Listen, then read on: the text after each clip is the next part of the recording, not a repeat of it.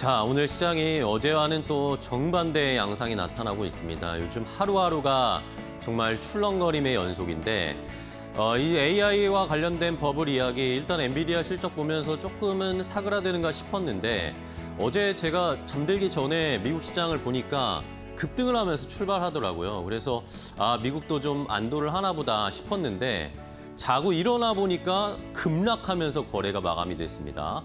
자, AI 버블론도 버블론이지만 간밤에 새벽에는 또 리사쿡 연준 이사가 지금 자산 가격이나 금융시장 너무 높다라는 식의 언급이 나왔습니다. 금리 인하에 대한 가능성이 또 줄어드는 이런 하나의 더 악재가 나타나면서 시장이 굉장히 출렁거리고 있는데요. 우리도 뭐 쉽지 않은 상황입니다. 이럴 때일수록 평정심을 좀 찾아야 되겠고요. 하지만 여전히 개인 투자자분들은 우리 시장에 베팅을 많이 하시는 것 같습니다. 자, 저희가 단기적으로 지금 시장을 들여다보면 한숨밖에 안 나오잖아요. 그러니까 저희는 이제 길게 보고 내년까지의 투자 전략을 어떻게 세워야 할지 이제 차근차근 11월 거의 마무리가 되어가고 있고 12월이 다가옵니다.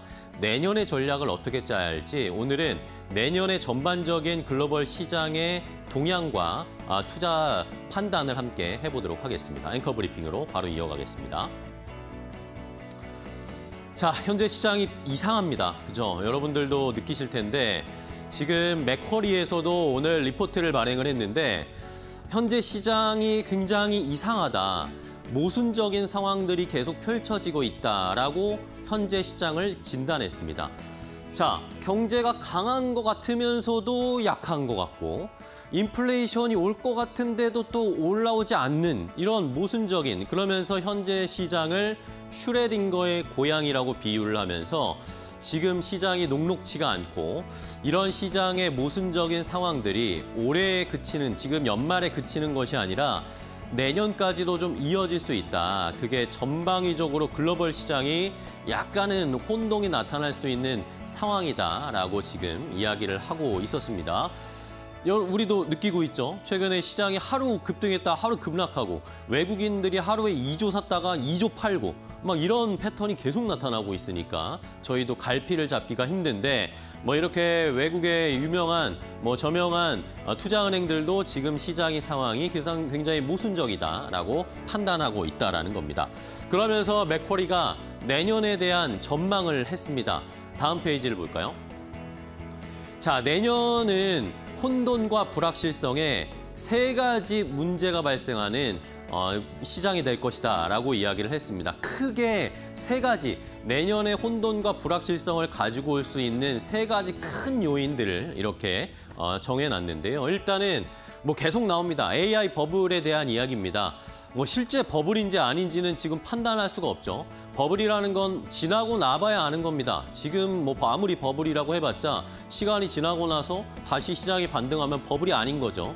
지금 상황은 알 수가 없지만 어쨌든 이것에 대한 논란이 계속 시장에 부담을 주고 있습니다. 지금 미국의 GDP 40% 이상이 AI 투자로 경제를 지탱하고 있는 상황이다라고 진단을 하면서 공급망과 주주관계로 얽힌 흔한 말로 일본어인데요. K-레치라고 해서 지금 미국 시장이 엔비디아가 오픈 AI에 투자하고 오픈 AI가 또 다른 빅테크에 투자하고 이런 식으로 서로 얽히면서 지분 관계를 서로 얽혀가면서 투자를 하면서 AI 시장을 버텨내고 있잖아요. 이런 것들에 만약에 조금이라도 한 번의 충격이나 스크래치가 가게 되면 이게 다 연결되어 있기 때문에 K-레치라고 해서 얽혀 있는 상황이기 때문에 하나가 뭔가가 문제가 생기면 연쇄적으로 무너질 수도 있는 상황이다라는 것을 좀 걱정은 해야 된다라고 이야기를 하고 있었습니다. 근데 그러면서도 그래도 미국에서 강하게 유동성을 공급한다거나 금리 인하를 추진한다거나 하게 되면 버블 붕괴는 좀 지연시킬 수 있거나 아니면은 충격이 완화될 수 있을 것이다. 그러니까 미국의 통화 정책이 중요하다라는 그런 의견을 제시했습니다. 이런 상황인데 오늘 새벽에 말씀드린 것처럼 리사쿡 연준 이사가 그런 이야기를 하니까 시장에 그냥 찬물을 끼얹어 버린 거죠. 완전히 그냥 열기가 다 식어버렸습니다. 자, 다음은 정치 리스크와 중앙은행들의 정책 혼선에 관련된 이야기입니다. 자, 트럼프 대통령의 관세 정책 어쨌든 계속 지금 끌고 가고는 있지만 이것도 지금 미국에서 대법원까지 판결을 봐야 되는 상황이고요. 여기에다가 최근에 지금 불거지고 있는 앱스타인 스캔들 관련해서 트럼프 대통령이 과연 여기 엮여 있는 것인가 아닌가에 대한 논란들이 펼쳐지고 있습니다. 이것도 미국의 정치적인 리스크를 높일 수 있는 상황이고요.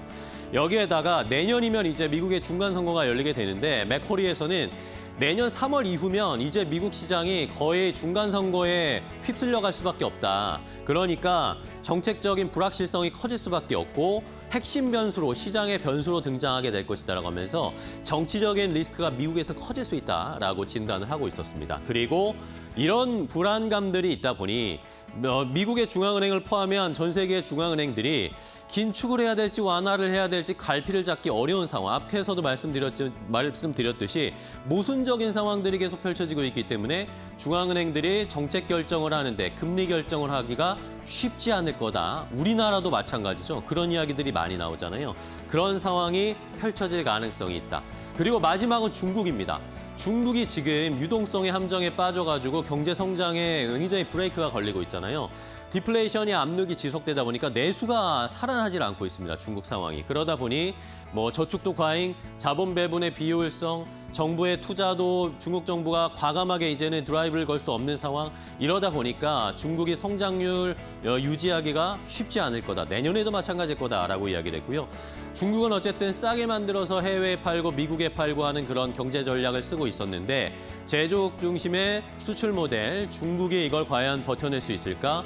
미국은 이제 문을 걸어 잠그는 양상을 나타내고 있는데 이런 중국의 정책이 한계에 부딪힐 가능성이 있다라고 크게 이렇게 세 가지 three body problem이라고 명명을 하면서 내년이 쉽지 않을 거다라고 전략을 보고 있는 상황이었습니다. 자, 그러면 내년엔 어떻게 전략을 짜야 될까요? 더 큰 그림을 보면서 글로벌 투자 전략을 좀 세워보겠습니다. 맥쿼리는 내년에는 미국에만 집중하면 안 된다라고 결론적으로 결론을 내렸습니다. 자, 맥쿼리가 제안한 내년의 투자 전략은 내년 이제 지금까지는 미국 시장이 시장 전반적인 글로벌 시장을 이끌어가다 보니까 미국은 잘 가는데 다른 시장들이 약간 약세인 그런 모습을 보였다면 내년에는 미국의 예외주의가 약화될 것이다. 미국은 좀 다르고 미국은 특별하다라는 미국의 예외주의가 내년에는 약해질 거다라고 보고 있었고요. 그러면서 달러화가 약세로 전환하면서 달러 약세가 좀 펼쳐질 거다. 그러면 미국 시장에 집중하는 투자 포트폴리오보다는 포트폴리오를 다각화해서 테마별로, 지역별로 좀 분산해야 된다라는 그런 의견을 제시했습니다. 그러면서 여기에 우리나라가 포함이 되어 있었습니다. 우리나라, 대만, 중국, 인도, 구조적인 우려 약간 이런 것들도 있지만 결국에는 이쪽에 오버웨이트, 비중을 좀 확대하는 전략을 내년에 세워야 되지 않을까라고 맥쿼리가 제안을 했고요. 그러면서 마지막으로 내년의 성장 전망이라고 해야 될까요? 전반적인 수치들도 제시를 했습니다. 마지막 페이지를 보면요. 자, 일단은 미국 시장 같은 경우에는 S&P가 12개월 선행 PER 22배인데 성장주가 30배 수준으로 밸류에이션이 많이 부담되어 있다. 그러니까 성장주나 빅테크나 하이퍼스케일러 같은 종목들이 이제는 너무 좀 밸류에이션 부담이 와 있다. 그러다 보니까 최근에 조정이 나오는 것인데 내년에 이런 상승을 다시 만회하기는 쉽지는 않을 것 같다라는 생각이었고요.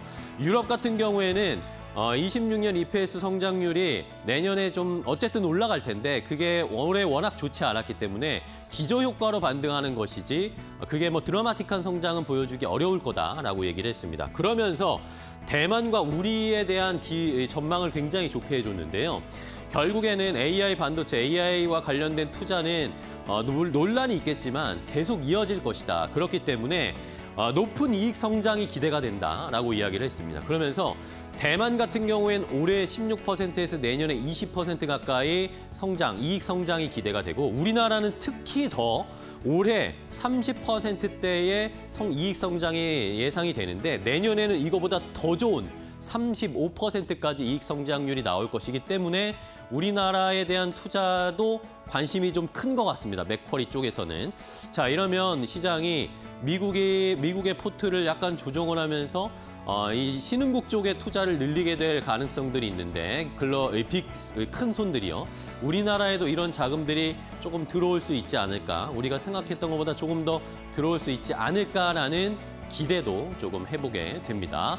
자, 시장이 좀 어려운데요. 오늘도 성공 투자하시고 저희는 계속 내년에 좋은 전망들, 좋은 투자 전략 계속 알려드리도록 하겠습니다. 앵커 브리핑이었습니다.